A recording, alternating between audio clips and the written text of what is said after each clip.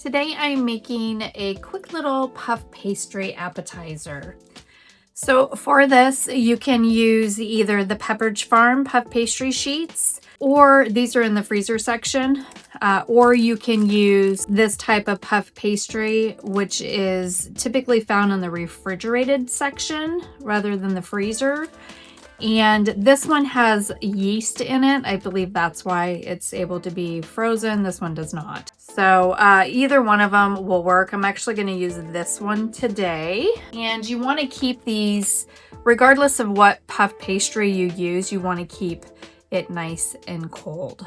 Okay. So for this, I am going to need about 8 slices of turkey, any type you want. You could also use ham if you don't like turkey. I have some shredded mozzarella Parmesan mix, so an Italian mix. And this is Tillamook cheese.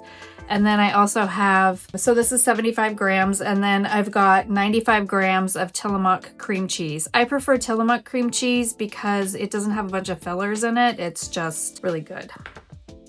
I also have some honey Dijon mustard. You can use regular Dijon. It's just really up to you what you like. I like honey, so that's what I'm going to use, honey Dijon. I've got a bowl here and a little tiny thing of water, something to spread my Dijon with, and a bowl to mix my Parmesan or my cheese and my cream cheese in.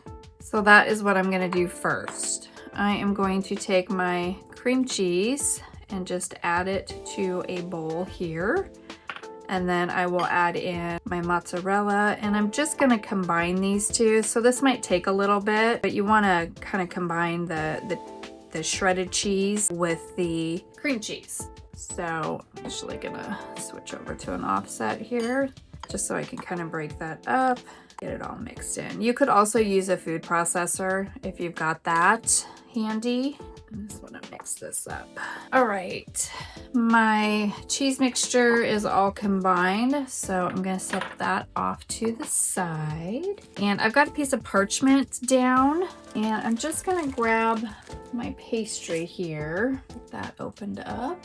And it comes wrapped in parchment. So that is exactly what you want. Now, the one thing I like about the puff pastry in the refrigerated section, it does act exactly like the Pepperidge Farm one, but it doesn't have all those creases in it.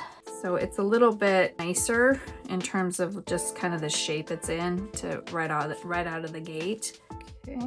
All right, so I've got my puff pastry here, and I don't even need to roll this out. It's actually a nice thickness. So I'm gonna use this whole piece, and I'm gonna take my mustard first, and I'm just gonna spread that out first. You could also just mix this in with the cream cheese if you really wanted to, but if you spread it out, you can kind of control how much ends up on here. I will leave a little bit of a border up here, and these are gonna be pinwheels. And as I mentioned, you want this to be nice and cold.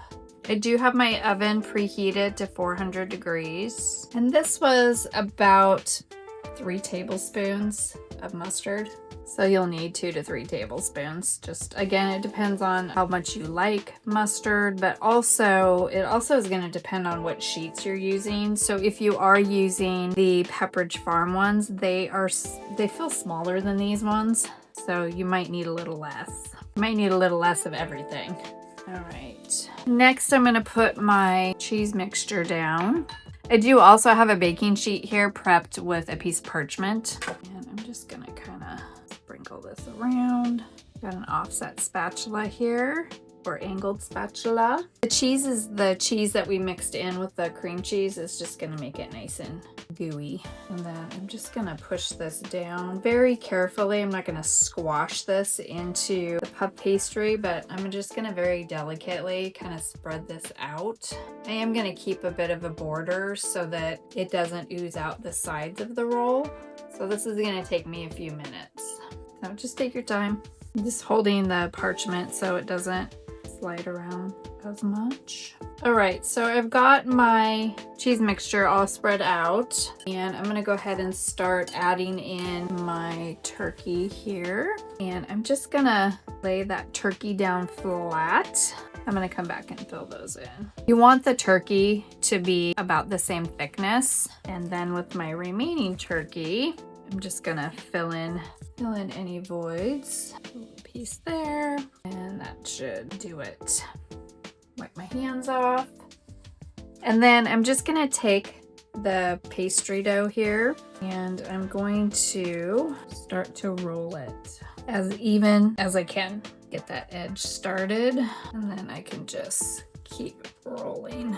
I will want to stick this back into the refrigerator just so that it can firm up a little bit before I actually cut it into the little pinwheels. And then you may or may not need a little bit of water, but you do want to seal this off right here and just kind of seal it just like so.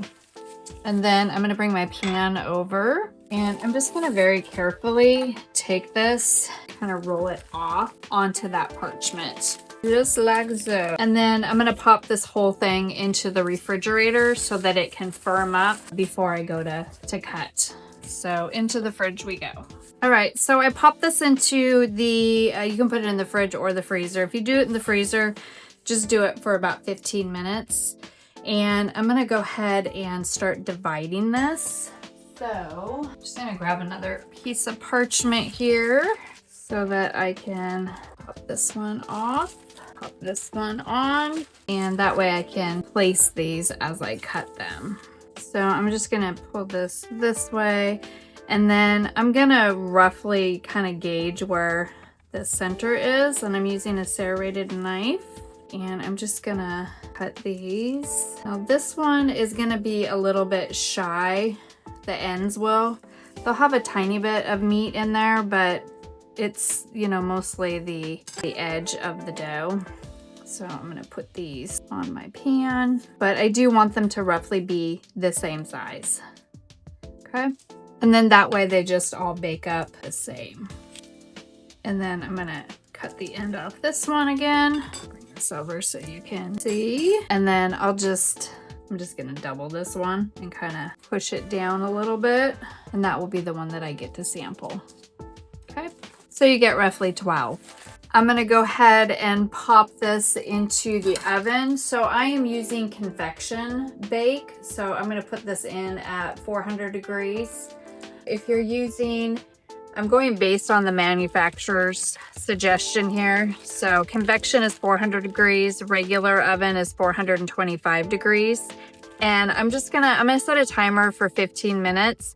It could take up to 30 minutes for these to bake, but I'll set one for 30, one for 15. And then that way at the 15-minute mark, I can kind of check them, see how we're doing. And then I can also rotate my pan a little bit, just in case you want to do that, just in case you have any hot spots in your oven.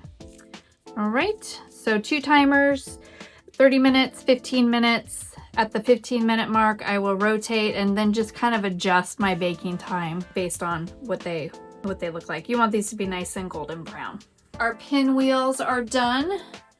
Oh, this looks so, even this little guy that we made into 2. Look at how perfect those are. Yum. So you just want to let them cool, and then you can put them on a serving platter. And there you have a quick and easy appetizer for any party and any gathering. Enjoy.